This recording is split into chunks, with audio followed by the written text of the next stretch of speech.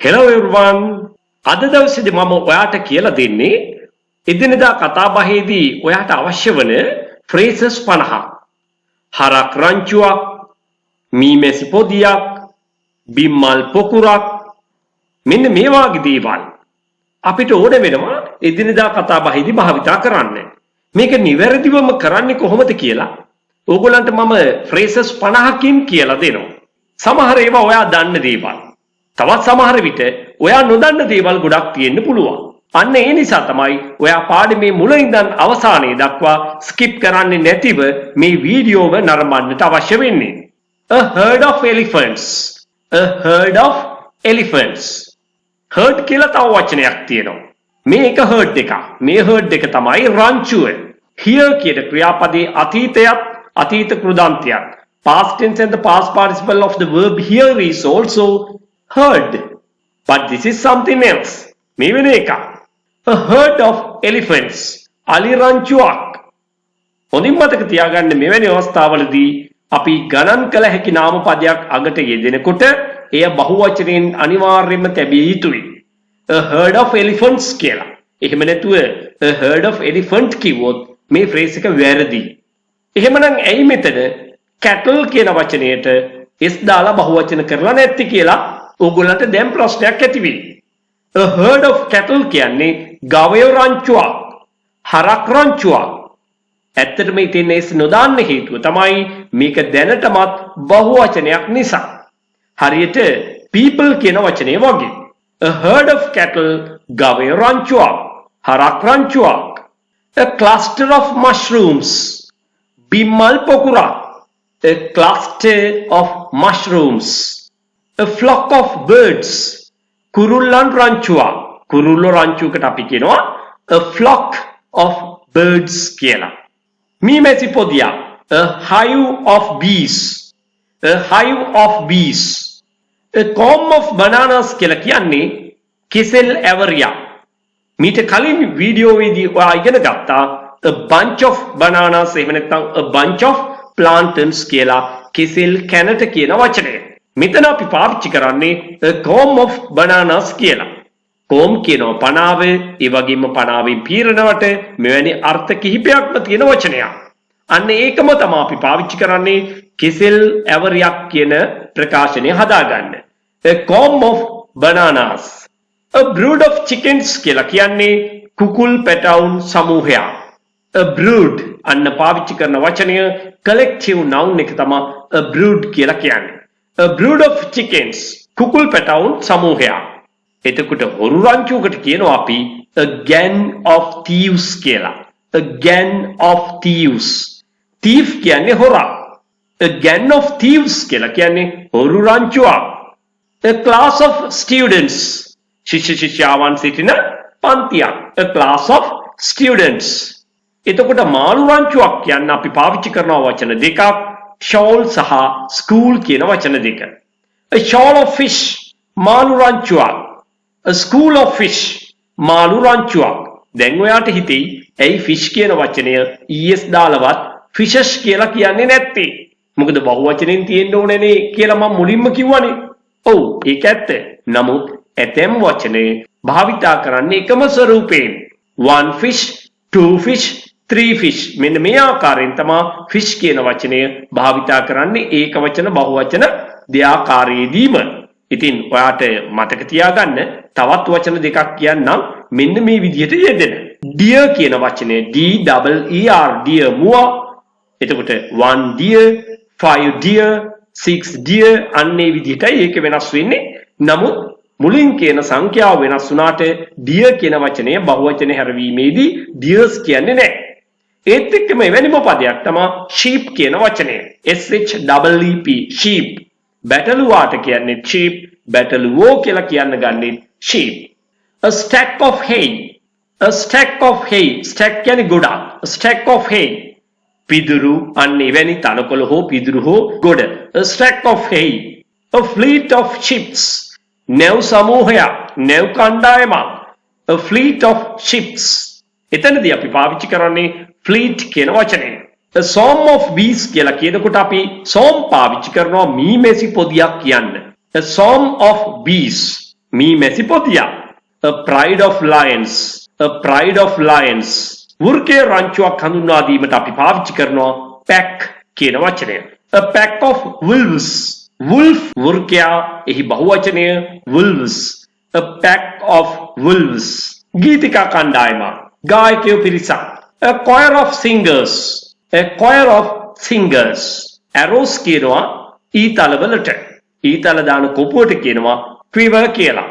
එහෙමනම් ඊතල දාපු කොපුවක් ඊතල පුරවලා තියෙන කොපුවක් කියන අර්ථය ගන්න අපි කියනවා a quiver of arrows කියලා. සුන්දර ලලනාවන් සමූහයක්. කාන්තාවෝ ගැහැණු ළමයි සමූහයකට පිරිසකට අපි කියනවා a bevy of ladies. A bevy of girls කියලා. මිනිසුන් සමූහයක්. A crowd of people. A crowd of people. මිනිසුන් පොලිමක්. A line of people. ක්‍රීඩකයෝ කණ්ඩායමක්. A team of players. කඳු පන්තියකට අපි කියනවා a range of mountains. A range of mountains. ඉතින් මීට කලින් වීඩියෝවේදී අපි කතා කරා පොල්ලිත්තට අපි කියනවා a bunch of coconuts කියලා. ඒ වගේම යෙදුමක් තමයි මෙතනක් තියෙන්නේ a cluster of coconuts. පොල් ඉත්තා පොල් වල්ලක් කියනවත් අපි පාවිච්චි කරන්නේ bunch වගේම cluster කියන වචනයත් පාවිච්චි කරනවා. A bouquet of flowers. A bouquet of flowers. මල් කලඹක්. A packet of biscuits. biscuit packet එකක්. A packet of biscuits. A bundle of sticks. කෝටු මිටියක්. එතකොට ගිනිකූරු තියෙන පෙට්ටියකට අපි කියනවා a box of matches. ගඩොල් වලට අපි ඉංග්‍රීසියෙන් කියනවා bricks කියලා. එතකොට ගොඩට කියනවා pile. මේක file නෙවෙයි මේ වචනේ pile. A pile of bricks කියලා කියන්නේ ගඩොල් ගොඩක්. A pile of bricks. එතකොට එහෙම ගොඩ ගහලා තියෙන පොල් ගොඩකටත් අපි කියනවා a pile of coconuts කියලා. ගල් ගොඩක් තියෙනකොට අපි කියනවා a pile of stones කියලා. ඔන්න දූවිලි වලාවක් තියෙනවා. එතකොට අපිට ඒක කියන්න වෙන්නේ මෙහෙම. A cloud of dust කියලා. A cloud of dust. මෙතනදී මේක බහුවචන කරන්නේ නැහැ. හේතුව එක්තන ද්‍රව්‍යයක් තියෙන නිසා. අන්න එවැනිම අවස්ථාවක් තමයි rice කියන වචනයක්. ඒකත් ද්‍රව්‍යයක්, ද්‍රව්‍ය නාමයක්. ඒ නිසා අපි කියනවා a bowl of rice කියලා. A bowl of rice. හාල් පුරෝපුරයක් මෙතන තියෙනවා. එතකොට ඒක කියන්නේ කොහොමද? A bag of rice කියලා. A bag of rice. සිමෙන්ති කොටයක් කියලා කියනකොට එතකොට පාවිච්චි කරන්නේ bag කියන වචනයමයි. A bag of cement. සිමෙන්ති කොටයක්. වැඩි ගොඩක්. අන්න වැඩි ගොඩට කියනවා a pile of sand කියලා. A pile of sand. ඔන්න metal ගොඩකුත් තියෙනවා. දන්නවනේ කොන්ක්‍රීට් කරන්න අවශ්‍ය වෙන්නේ. අන්න එහෙනම් ඒකට කියනවා අපි a pile of metal කියලා. වී ගොඩක් තියෙනවා. A pile of paddy. A glass of water. අපි මෙතන water glass කියලා හරියන්නේ නැහැ. වතුර තියෙන වීදුරුවක් කියන අර්ථය දෙන්න නම් අපි අනිවාර්යෙන් කියන්න ඕනේ a glass of water කියලා. වතුර තිබෙන වතුර පුරවලා තියෙන බෝතලයක් කියන අර්ථය ගැනීම සඳහා අපි කියන්නට ඕනේ a bottle of water කියලා. I am going to buy a bottle of water. I am very thirsty. වතුර බාල්දියකට අපි කියනවා a bucket of water කියලා. ඒ වගේම වචනයක් තමයි pail කියන වචනේ. දැන් මේක ටිකක් නුහුරුයි නේද? Jack and Jill went up the hill to fetch a pail of water.